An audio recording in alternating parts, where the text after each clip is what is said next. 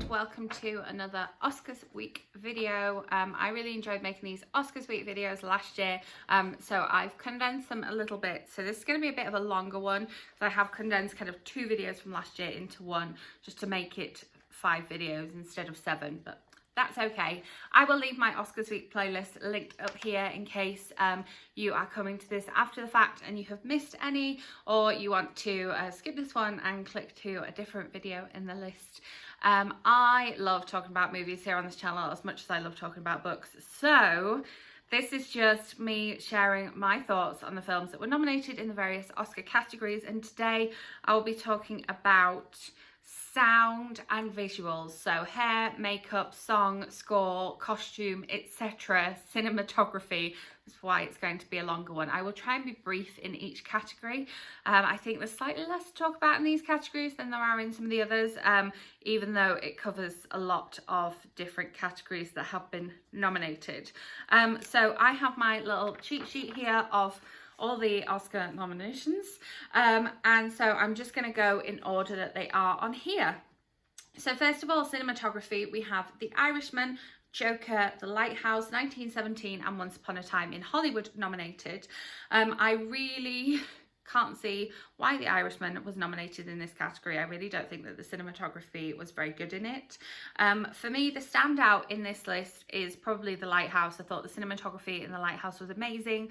The choice to shoot it in black and white and shoot it in the kind of 4:3 or whatever the smaller screen is called was a really good choice. However, I also think that 1917 did very well with their cinematography and would, you know, if I'm going on choice versus prediction, I would say that my choice is The Lighthouse, 100%, but my prediction is probably 1917 just because it's won this award at other ceremonies.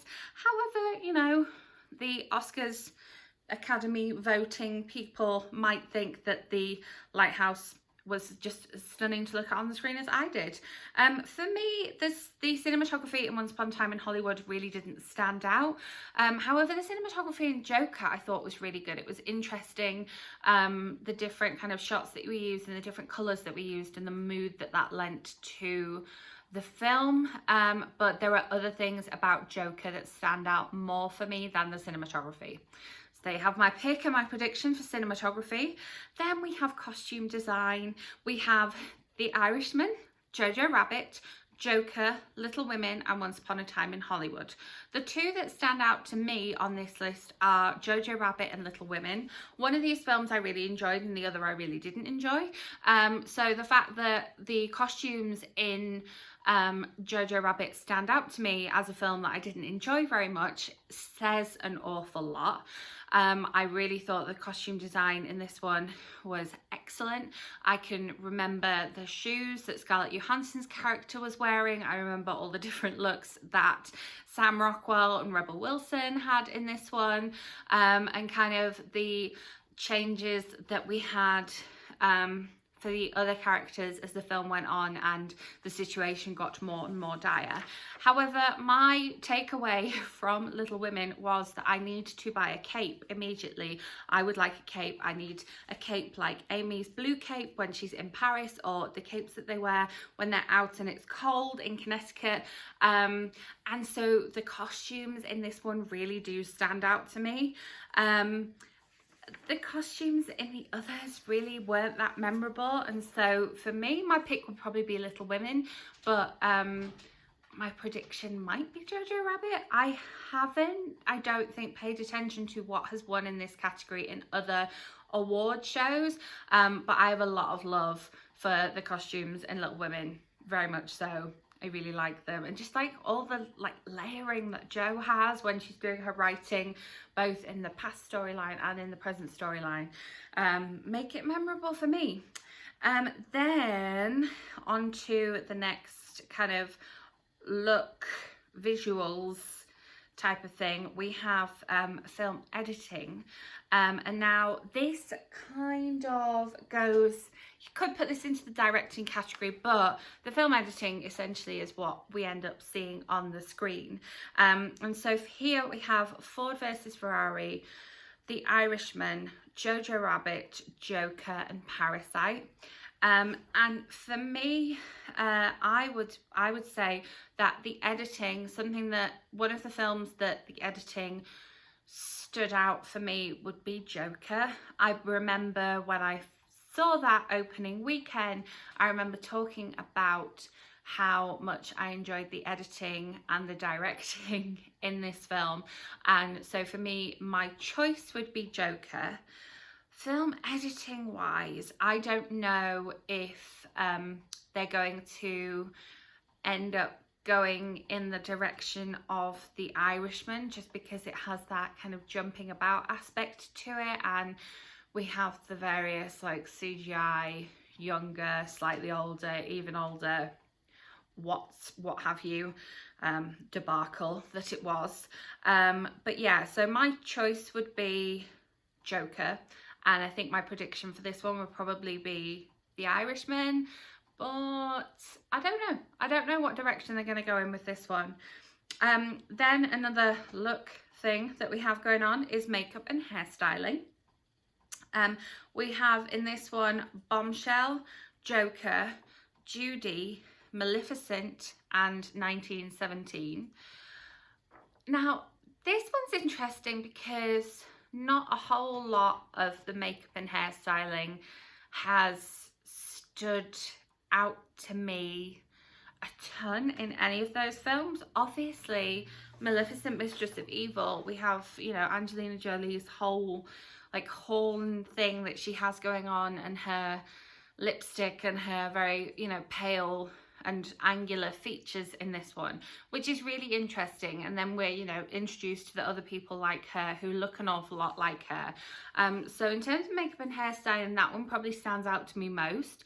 Probably the one that I would like to win in this one would probably be Judy, because in terms of the makeup there, obviously they had to have someone who was looking very glamorous on stage and looking very unglamorous off stage, whilst feeling very unglamorous at a couple of different ages.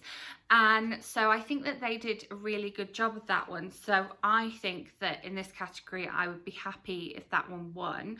But I would say that my prediction, just because it's the one that stands out to me more in terms of obvious makeup and hairstyling, would probably be Maleficent. So yeah, my prediction is probably Maleficent, but my pick would be Judy. Then we have visual effects. So for visual effects, we have Avengers Endgame, The Irishman, The Lion King, 1917, and Star Wars: The Rise of Skywalker. Now, I've talked an awful lot about CGI on this channel, and how if the CGI in something is very, very obvious, I do not like it. And I compare the CGI to the Avengers movies, because I think that the Marvel movies do a really good job of their CGI, of it not being obvious that we're not actually in space, or, you know, we're not actually talking to this giant Hulk. And so for me, that would definitely be my pick. I think that The Irishman did a really bad job of their visual effects. I did not like it. And then The Lion King, the visual effects in Lion King were pretty good, but slightly weird, because we had these kind of realistic lions who talk.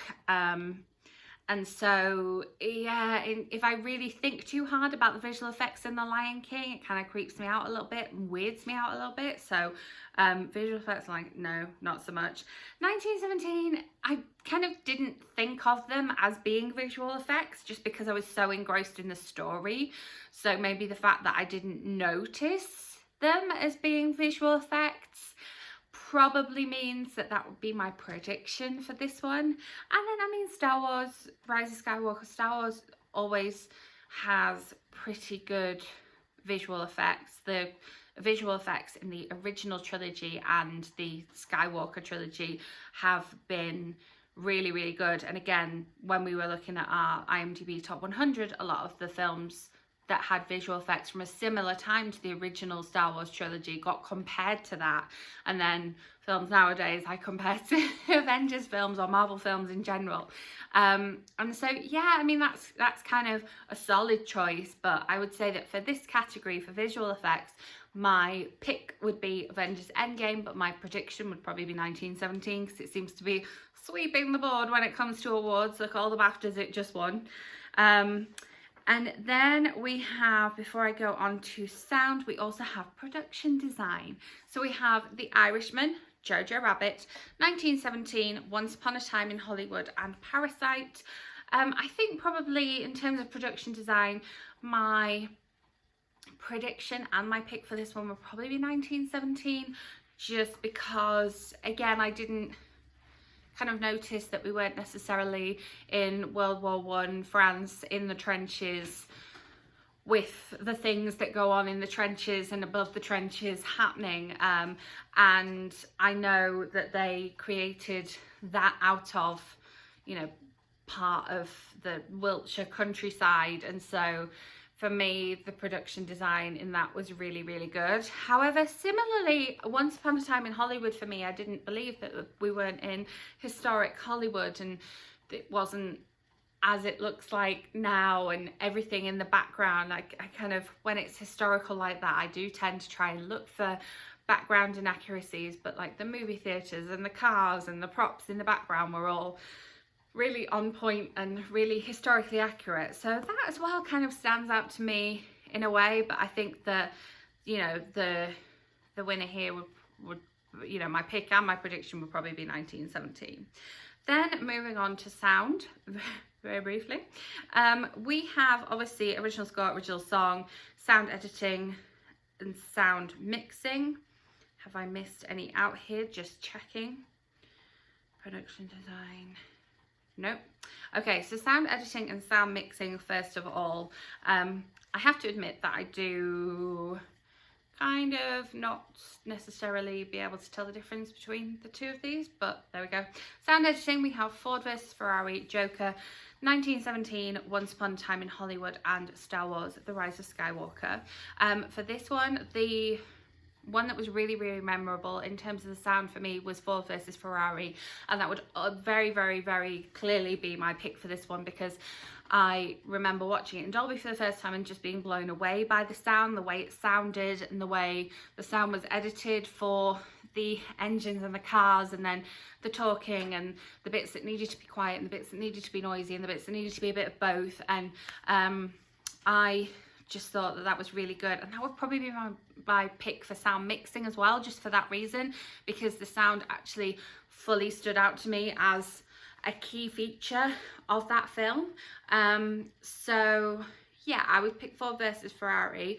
However, I think that the sound editing, again, having seen it in Dolby, for Star Wars Rise of Skywalker was also very, very good.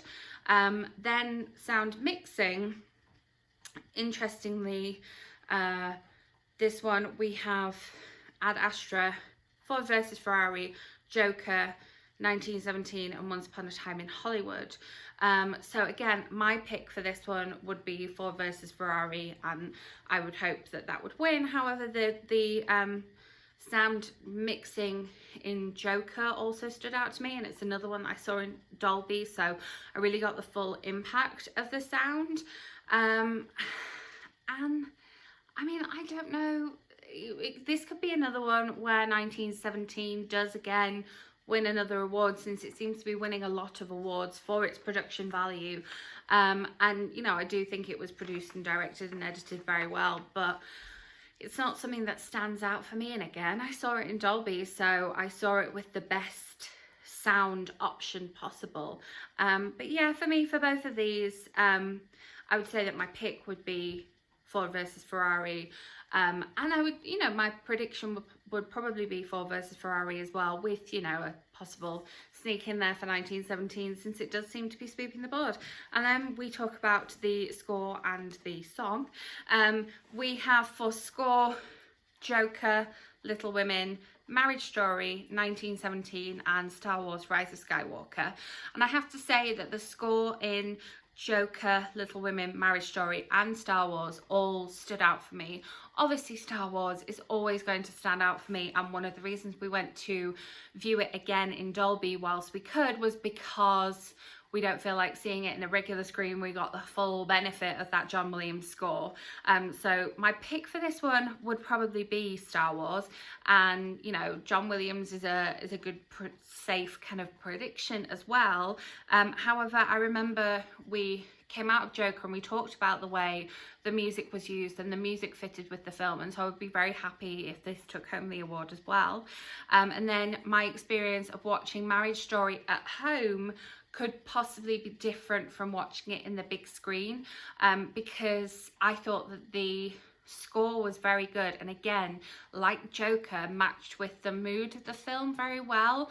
And I kind of remember sitting back and thinking in some of the more quiet moments, oh, I'm noticing the music, I'm noticing the fact that it matches the tone of the film, but it's not intrusive in a way. You know, when you have music when there's a silent moment, or when you have music when there's an emotional moment, you can sometimes notice it more and think, well, does this fit? Is this providing an extra level to the film? And I think with Joker and with Marriage Story, it definitely provides an extra level to the film.